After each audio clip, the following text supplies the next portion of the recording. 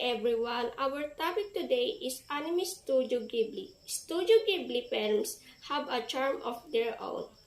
Most of them are wholesome without being overly sentimental, and they teach us important lessons about life, as well as remind us not to take the little moments for granted.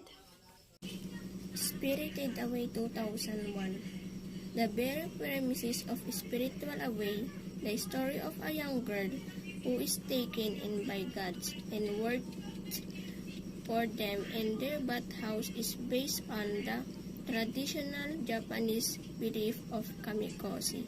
The next is My Neighbor Totoro, 1988. The classic My Neighbor Totoro, presented by Studio Ghibli, tells us a tale of two lively and vibrant sisters, Satsuki and Mi, who moved to the countryside with their dad, Kusakobi, to be near the hospital where their mother is under treatment for a mysterious illness.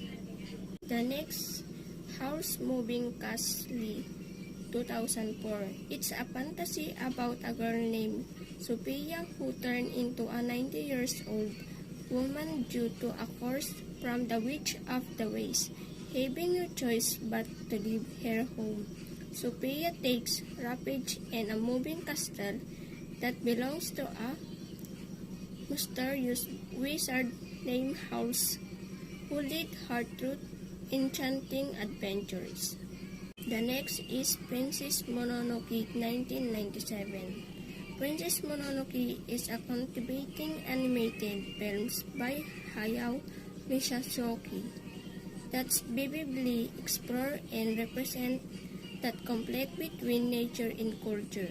The films depict a clash between human civilization and the natural world, where humans exploit resources and destroy the environment to build their cities and wage wars.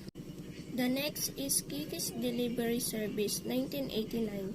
The story follows Kiki's Takayama, a young witch who moves to Newton and uses her flying ability to earn a living. According to Miyazaki, the movie portrays the gulf between independence and reliance in teenage Japanese girl. Next is Ponyo, 2008. It is the 8th film Miyazaki directed for Studio Ghibli and his teens. Overall, the film tells the story of Ponyo, a goldfish who escapes from the ocean and rescued by a 5-year-old human boy, Suzuki, after she was ashore while trapped in a glass jar. The next is Castle in the Sky, 1986. Set a functional late 19th century, it follows the adventure of a boy and girl who are trying to keep a powerful crystal from the army, a group of secret agents and family of pirates, while searching for a legendary floating castle. The films won the animated Anime Grand Prix in 1986. The next is The Wind Rises, 2013. A look at the life of Jiro Horikoshi, the man who designed Japanese fighter planes during World War II. A look at the life of Jiro Horikoshi, the man who designed Japanese fighter planes during World War II. The next is Whisper of the Heart, 1995. A love story between a girl who loves reading books and a boy who has previously checked out all of the library books she chooses.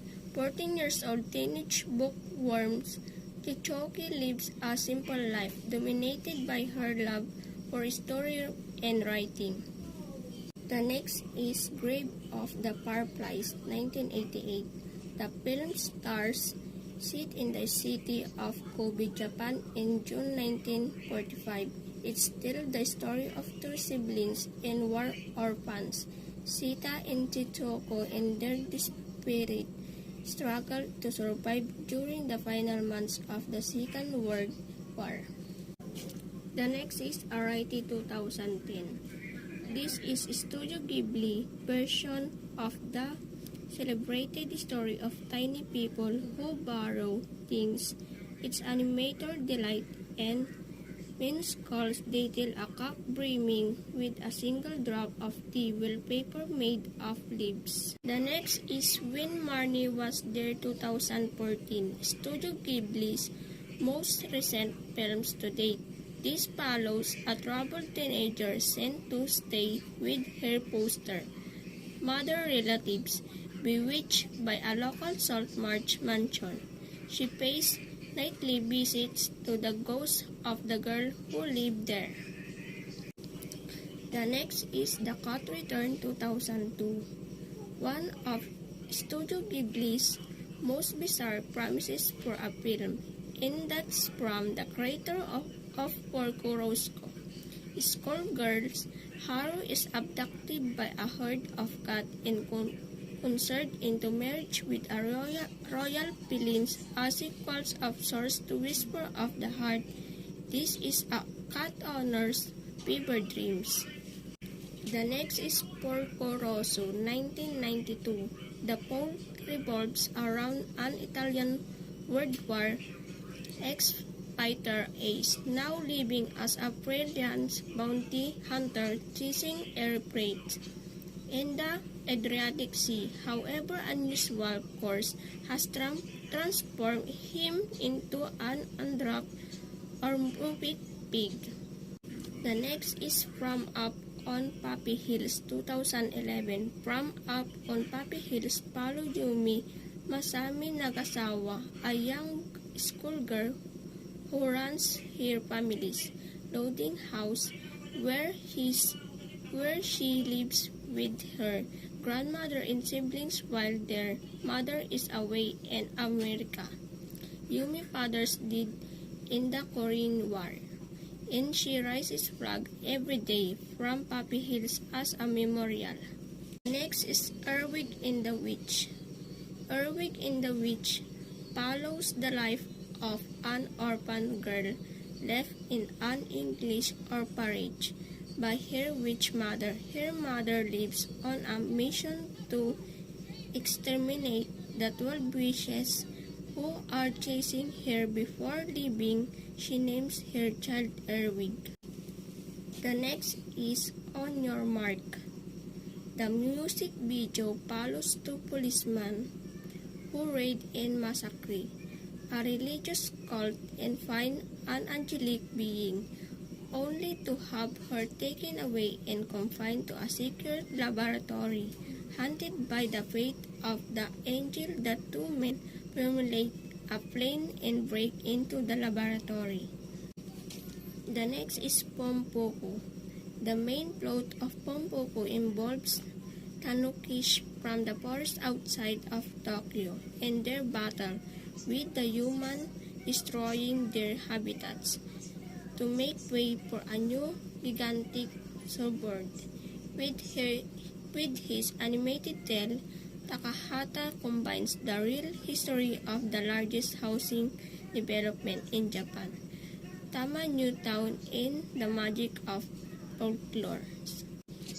The last is Studio Ghibli films have always been either fiendishly hard to track down or fiendishly expensive to buy.